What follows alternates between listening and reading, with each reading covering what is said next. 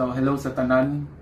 I-introduce lang nako ang usa ka galamiton sa Upline, ang tablet. So specifically kaning anak ko karon ang i-introduce nako is usa ka iPad Air M4 128 gigabytes. So introduce lang nako kung saan siya paggamit sa usa ka blind person, sa mga basic gestures, o how to kung saan pagsugod gamit ang device pag-install og application. Sige, so karon natas home, no? So basically ang paggamit ani sa usa ka visually impaired na siya ginatawag nga voice over, no? So ang voice over text to speech na siya, no? Nga application. Basically ginabasa niya kung unsay nakasulat sa screen, no? So to access, usually mo tap lang kag usa, basahon niya, no, ang application or menu nga nakabutang sa screen, no. So wala pa na siya gi-activate niya ang application, no, wala pa ta ni sulod mismo pag select pa na siya sa item.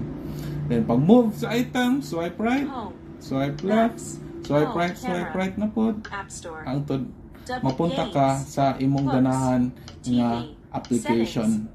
Double tap to open. Settings. So pag sulod nimo sa usa ka application, TV settings. mo double tap ka. Settings. Search field. So na ta sulod settings. Sidebar. 3 months of fitness plus included. Airplane mode. Wi-Fi off. Bluetooth. So battery. ginabigate lang nato ang whole General. application. So to start off, no, Bluetooth. Select. anita sa accessibility. Button. Selected. Accessibility. Display and text motion button. So sa accessibility, speed, audio description, physical and read and motion display. pangitaon lang nato, zoom, no, ang voice over. Voiceover speak. Tap once to double tap to voiceover speaks items on the screen. Voiceover switch button on. So diri sa voice over, diri nimo i-on or off kung dili na ka gamit, pero usually sa usa ka blind, ginaon na ni siya singing. So natay voice over. Voiceover speaks items on the screen. So na siya Tap voice over. once to select an item. Tap once to select an Double item. tap to activate Double the tap selected to item. activate a selected Learn item. more. What's new in voiceover? Voiceover practice. Voiceover So pwede na mo practice ka, no, sa mga gestures. Voiceover tutorial. Pwede po button. tutorial, pero medyo dili ka accurate Live ang recognition. tutorial Voiceover para tutorial. ma-familiar ka Button. sa mga gestures. Live recognition. Voiceover tutorial. Anita sa Close. commands. Using start speaking rate. Speaking adjusts speech. Braille. Button. Voiceover verbosity. Audio. Button.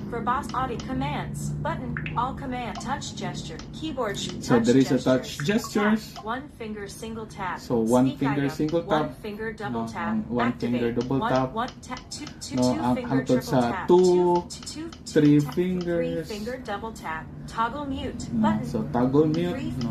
So hangtod four fingers pod, Five finger double and tap. so on. So Button. napod diri sa slide. One finger swipe right. Move Swipe, to next no, item. one finger Dim. swipe right, no. One Then pwede po ni siya nimo ma-edit, no. If ganahan ka, no, usbon ang command. Two fingers swipe. So ako, Three fingers, ang akong gi-usub ani is katong home. Four fingers swipe up. Home. Button. So kani home, ako ni siyang gi-change, Commands. no, Search. into home. Dictate. Kay Button. mas sainan ko yung four Interaction. fingers, no, Heading. nga dili siya mo compete sa ubang kuan gestures, Activate. no.